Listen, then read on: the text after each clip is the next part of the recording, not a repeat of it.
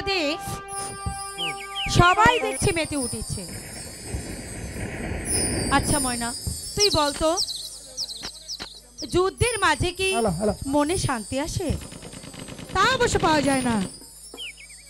যুদ্ধ নিয়ে যে রাজা বাদশাদের ভাগ্য গড়ে উঠেছে, তাই তো তোমার পিতা যুদ্ধ নিয়েই মেতে উঠেছে। আমার কিন্তু এসব যুদ্ধ যুদ্ধ ভালো লাগে না, কারণ এই পৃথিবীতে এসেছি আনন্দ নিয়ে দিন কাটাবো। এসব এসব হাঙ্গামায় আমার একটু ভালো লাগে না রে ময়না। বুঝেছিস? বুঝেছিস? যুদ্ধের নাম শুনে তুমি হাঁপিয়ে উঠেছো, তাই তোমাকে সান্ত্বনা দিতে হবে। সান্ত্বনা? তুই কি পারবি ময়না আমার হাঁপিয়ে ওঠা মনটাকে আনন্দে ভরিয়ে দিতে? একটু চেষ্টা করে দেখি। ঠিক আছে।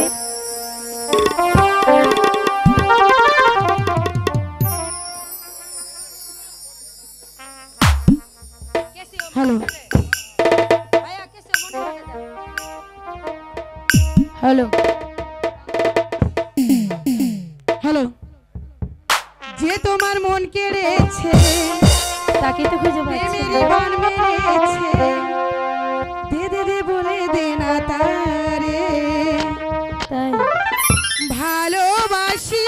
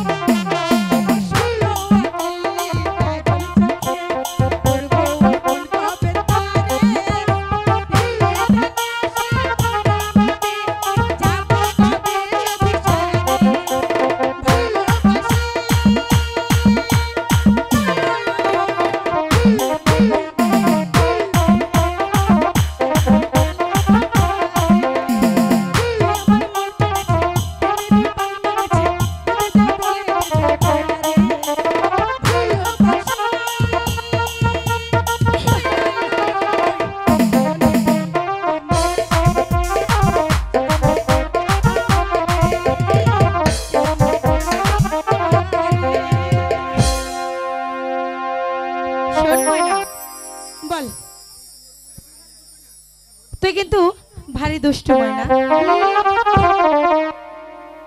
তুই কিন্তু আমাকে জ্বালিয়ে মারছিস, তাই না? হ্যাঁ আমি তোকে জ্বালিয়ে মারছি। যা তুই এখন এখান থেকে দূর হতে বলছি। তবে যাচ্ছে ছই, আজ যাকে দূরে সরিয়ে দিচ্ছ না, দুদিন পরে কিন্তু তাকে তোমার প্রয়োজন হবে, কথাটা মনে আচ্ছা। রেখো। তাই নাকি? আমি যাচ্ছি কিন্তু।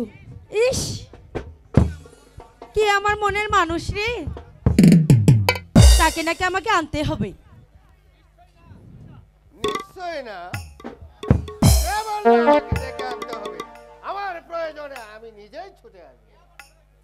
কে আবার তোমাকে এখানে ডেকে পাঠালো? কেউ পাঠায়নি চম্পা, আমি নিজেই এসেছি। কেন? আমার কাছে তোমার কি প্রয়োজন?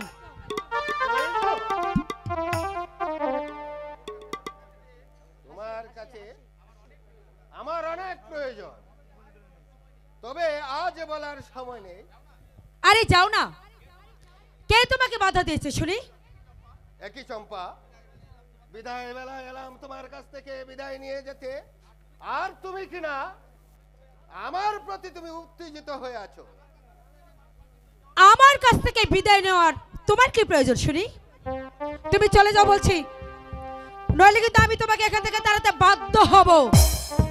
বেশ, বিদায় লগ্নে তোমার সঙ্গে তর্ক করে আমি আমার অমঙ্গল ডেকে আনতে চাই না, তবু যুদ্ধ হতে ফিরে এসে তোমার কথার উপযুক্ত জবাব দেব। তোমার কাছ থেকে বিদায় নিতে এসেছি না ষষ্ঠী। হ্যাঁ,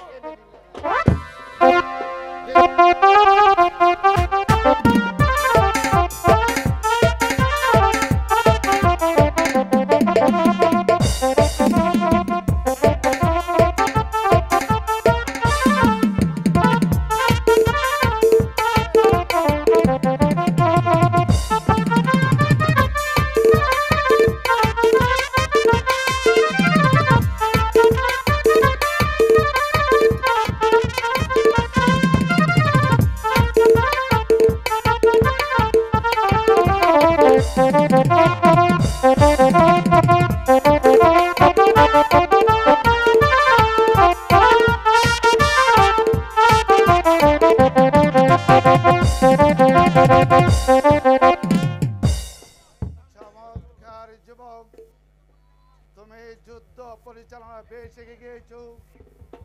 অচিরে এক জ্বর উঠবে, রাজা হারাবে রাজ্য, পিতা হারাবে সন্তান, সকল সমস্ত রাজ্য লুণ্ঠন হয়ে যাবে কোমল। তখন কেউ কাউকে সাফায়াত করবে না।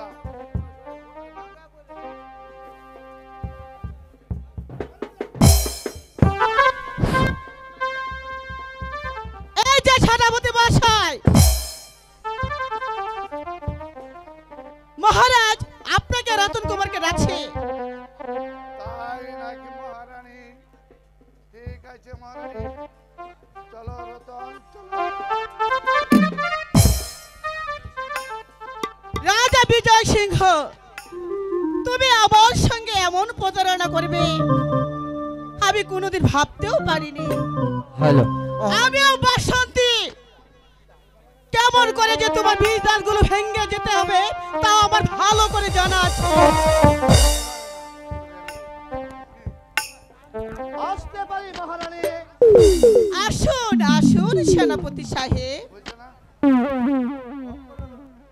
আমি যে আপনার অপেক্ষায় এতক্ষণ আমি বসেছিলাম। বলুন আমাকে আপনার কি প্রয়োজন?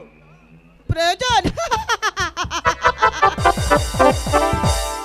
হ্যালো, সেনাপতি মশাই, আপনাকে আমার খুবই প্রয়োজন। তাই বলে আপনার গোপন কক্ষে? গোপনীয় কথা গোপন কক্ষে বলতে হয়, তবে শুনুন সেই কথা। আপনাকে কেন স্মরণ করেছি তা কি আপনি জানেন? সেদিন সেদিন আমি আপনার মহারাজকে ভালোবেসে এই রাজপ্রাসাদে ঢুকে পড়েছি। তবে ভালোবেসেছিলাম আমি আপনাকে।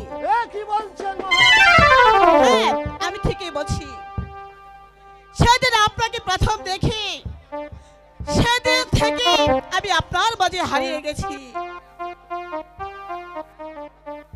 তাই আমার আসলে পরিশাপ্ত করার জন্য এই বৃদ্ধ রাজাকে আমি স্বামী বলে মেনে নিয়েছিলাম। এবার সেই শয়তানকে দূরে ঠেলে দিয়ে আমি আমি আপনার মাঝে হারিয়ে যেতে চাই সেনাপতি সাহেব। না না মহারানী, তা কিছুতেই সম্ভব নয়। আমি মহারাজের বেতনভুক্ত কর্মচারী মাত্র। যদি মহারাজ এই কথা জানতে পারে তাহলে আমাদের দুজনকে হত্যা করবে। এই আপনি কি বলছেন মহারাজ? না সেনাপতি মশাই, মহারাজ আমাদেরকে হত্যা করতে পারবে না, বরং আমরাই তাকে হত্যা করব। তাকে হত্যা করে আমাদের পথ পরিষ্কার করে নেব। এ আপনি কি বলছেন মহারানী? আমি ঠিকই বলছি সেনাপতি মশাই। আমি আমি সেই উদ্দেশ্য নিয়ে এই রাজপ্রাসাদে আমি ঢুকে। আপনি আমাকে ক্ষমা করবেন মহারানী, আমি পারবো না এই মহারাজের সাথে এত বড় বেইমানি করতে। আপনি ভুল করছেন সেনাপতি। ফুটন্ত গোলাপকে হাতে পেয়ে দূরে সরিয়ে দেবেন না। সেই ফুলকে বুকে টেনে নিয়ে আপনি আপনি তার সঙ্গে পার করুন। মহারানী, মহারানী নয়, বলো বাসন্তী। বাসন্তী, হ্যাঁ হ্যাঁ, আজ হতে বাসন্তী।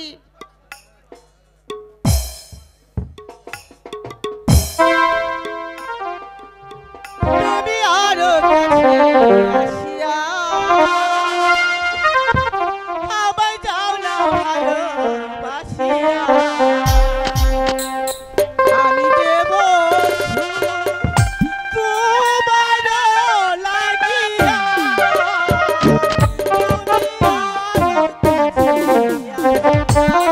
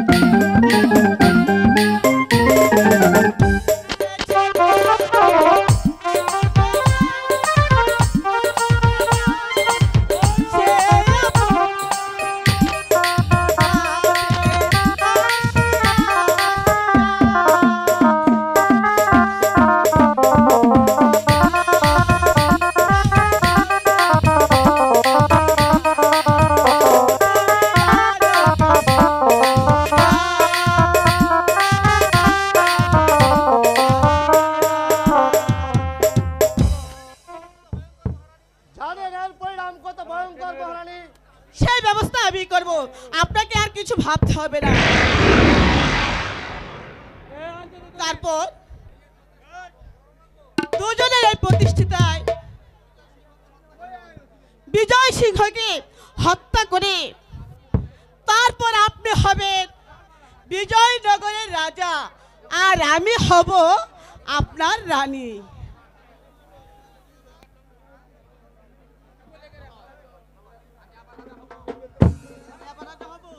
আমি রাজা হব, প্রজারা আমার আদেশ মেনে চলবে। এই সুযোগ মুটে হাতছাড়া করা যায় না। সেই দিন রাজা বিজয় সিংহ যে অপমান আমাকে করেছিল, সুযোগ নেওয়ার এই তো সামান্য সুযোগ। কি ভাবছেন সেনাপতি, বলুন। ভাবছি আপনার প্রস্তাবে আমি রাজি মহারানী। তাই বলছো? তুমি আমার মনে রাজা, আমি তোমার রানী। রাইবা থাকো দেশে তোমার, আমি রানী। তুমি আমার মনে রাজা, আমি তোমার রানী। রাইবা থাকো দেশে রাজা, আমি রানী। রাইবা থাকো দেশে রাজা,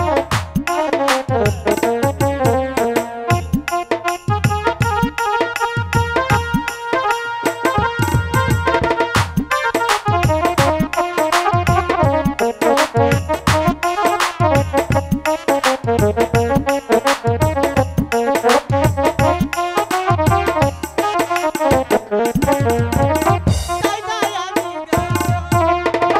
চাই না একবার যদি তোমায় বলতে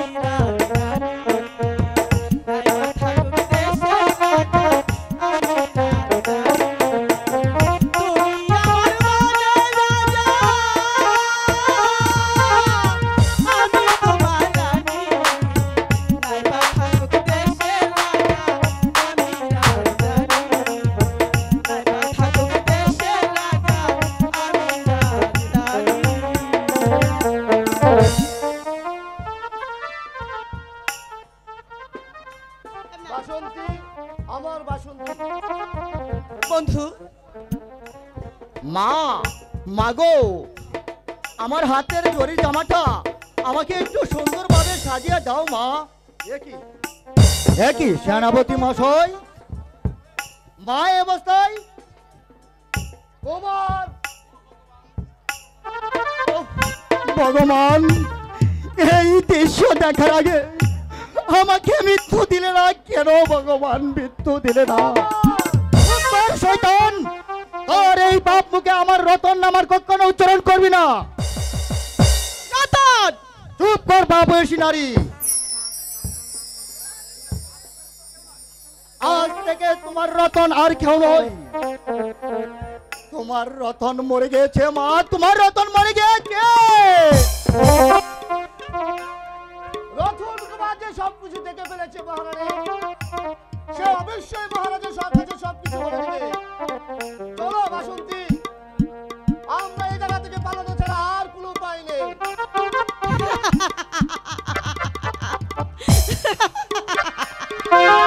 এই দেশ ছেড়ে আমরা পালিয়ে যাব? আপনার মতো ভীতু কাপুর আমি জীবনও দেখিনি।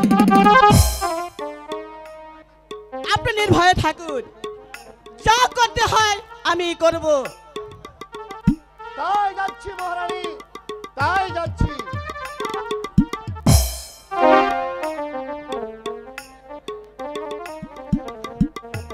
এটাই হবে রতন কুমারের ধ্বংস।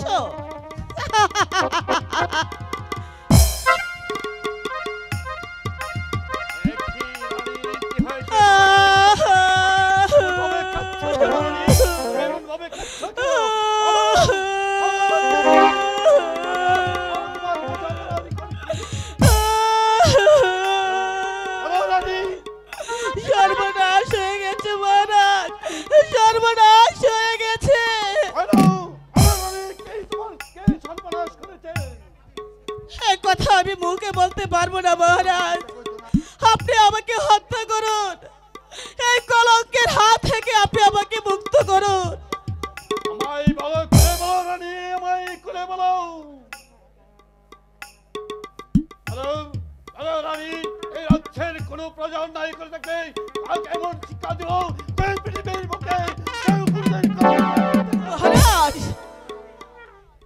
শাস্তি শাস্তি তাকে দিতে পারবেন না, কারণ কারণ সে হচ্ছে আপনার অনুজাত সন্তান।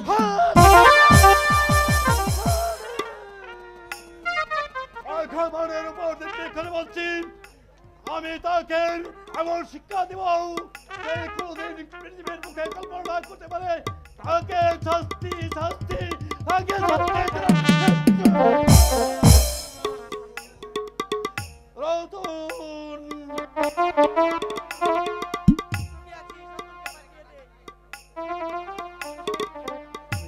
রাতের অন্ধকারে গা ঢাকা দিয়ে আমার ঘরে প্রবেশ করেছিল আপনার সন্তান রতন।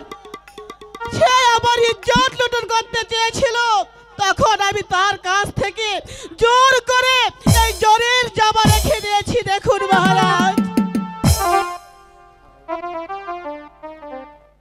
দেখুন মহারাজ, দেখো দেখো, এই যে রতন কুমারের চাদর।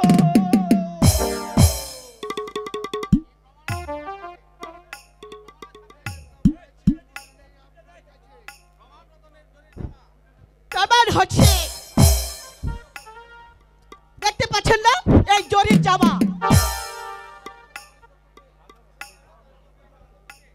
মাতাল অবস্থায় আমার ইজ্জত উঠতে সে যখন পালিয়ে যায়, আমি নিরুপায় হয়ে আমি জোর করে এই জরির জামা রেখে দিয়েছি।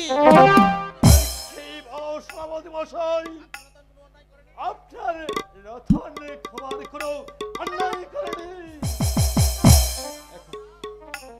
না না মহারানী, মহারাজ, আকাশ বিশ্বাস করতে পারে, পাতালে বিশ্বাস করতে পারে, কিন্তু আমি বিক্রম কোনোদিন বিশ্বাস করতে পারি না। কারণ রতন আমার নিজ হাতে গড়া সন্তান, সে অমানবিক নির্যাতন করতে পারে না মহারাজ। আমার মিথ্যা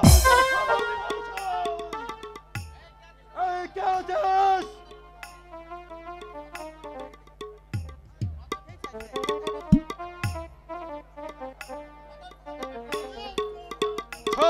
এই মুহূর্তে রতন কুমারকে এই রাজদরবারে পাঠিয়ে দাও। তারপর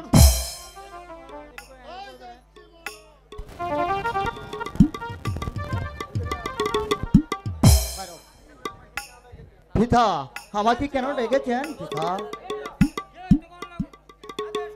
এই মুহূর্তে আমি তোমার কৃতদাস শুনতে চাই রতন।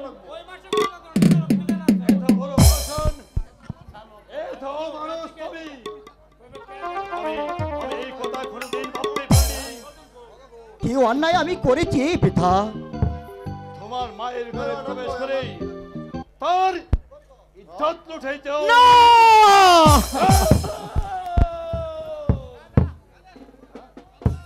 জল্লাদ, আদেশ কর মহারাজ। যাও জল্লাদ, এই পাপিষ্ঠকে গভীর মনে নিয়ে তার রক্ত এনে আমাকে দেখাবে।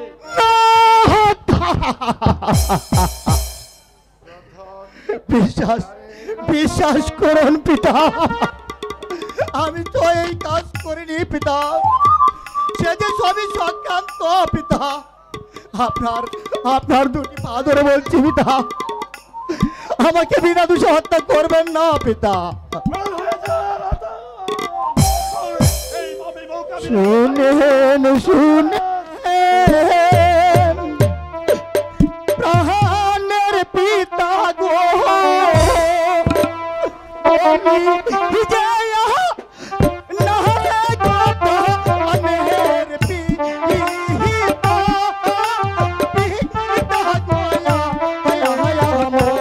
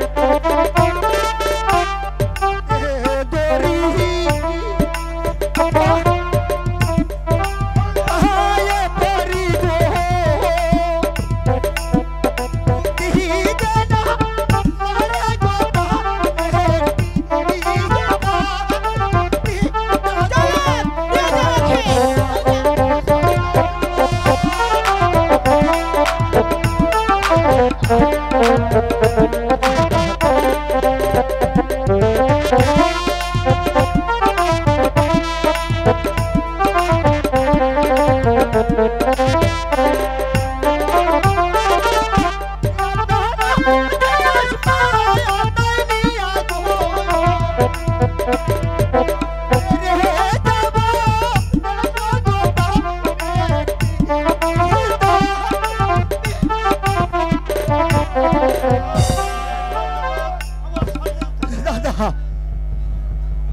যাও জল্লাদ, আমি যজ্ঞে আর সহ্য করতে পারছি না।